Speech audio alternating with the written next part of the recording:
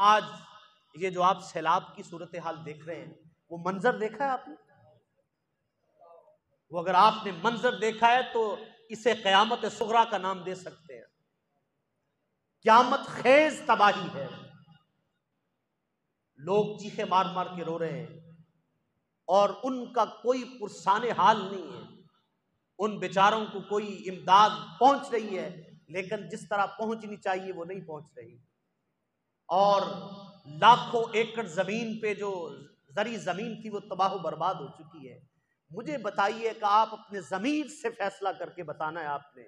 हम उलमा को छोड़ दें, चूंकि उलमा की बात अगर हमारी अवामुन्नास समझती होती तो शायद हम कहीं के कहीं पहुंच चुके होते।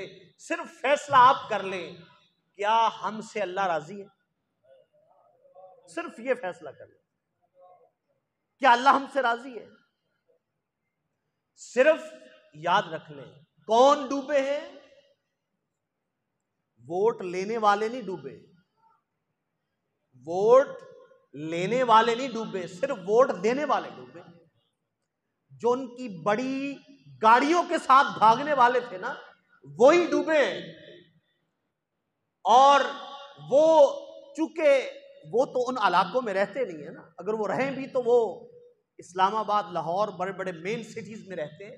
वो इन पसमानदा इलाकों में सिर्फ उस वक्त आते हैं जब उनको जरूरत होती है आपकी। उसके अलावा आपकी खैर खाई वो उस वक्त तक नहीं आएंगे।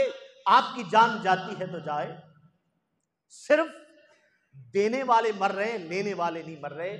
मुझे ये बताइए कि अल्लाह का अजाब, ये जो सूरत हाल है, क्या ये अल्लाह राजी है या अल्लाह नाराज है? बोलो तो सही। ये अल्लाह की नाराजगी का सबब है। और अल्लाह को राजी कैसे करना है? अल्लाह कैसे राजी होगा? अल्लाह तब भी राजी होगा जब ताल्लुक अल्लाह से कायम करेंगे, जब ताल्लुक अल्लाह के महबूब से कायम करेंगे, जब अल्लाह के महबूब के साथ, अल्लाह के दीन के साथ ताल्लुक कायम करेंगे। तो फिर देखिए, एक जरा गौर से सुनिए बात। अजाब इलाही है, अजाब इलाही नाज़िल हुआ। और जब अजाब इलाही, ये एक सूरत, जुज़वी सूरत है उसकी, और इमदाद कौन दे रहा है? 50 करोड़ डॉलर अमेरिका ने भेजे हैं। ये मैं एक दिलचस्प सूरत हाल आपको बताने लगा हूं।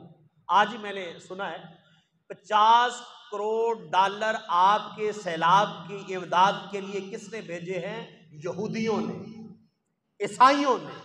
अल्लाह दिखाता है कि जब हम नाराज हो जाते हैं फिर मदद भी हम नहीं देते, मदद भी फिर गैर देते, मदद भी फिर वो यहूदियों से दिलाता है।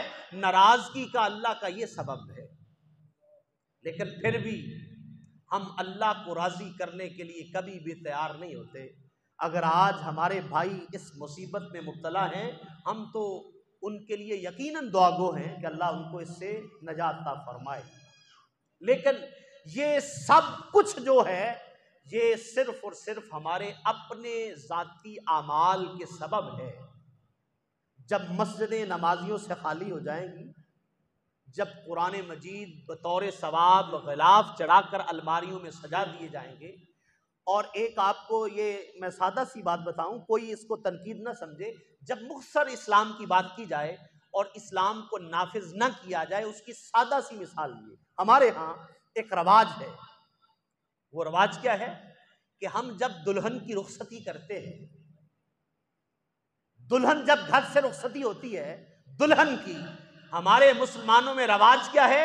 रवाज यह है कि भाई या खास जो रिश्तेदार होता है ना दुल्हन का, वो कुरान मजीद को दुल्हन के सर पे रखकर, एक चादर देकर दुल्हन के सर पे रखकर घर से रवाना करते हैं, दुल्हा के साथ उसकी रुखसती करते हैं।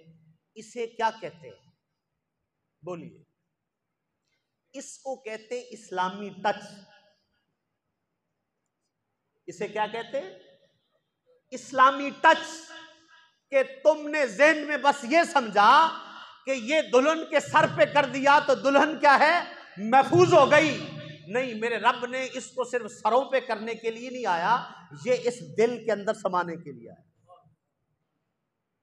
इकबाल कहते हैं वो मुअज्जज थे जमाने में मुसलमान होकर, हम खार हुए तारके कुरान होकर।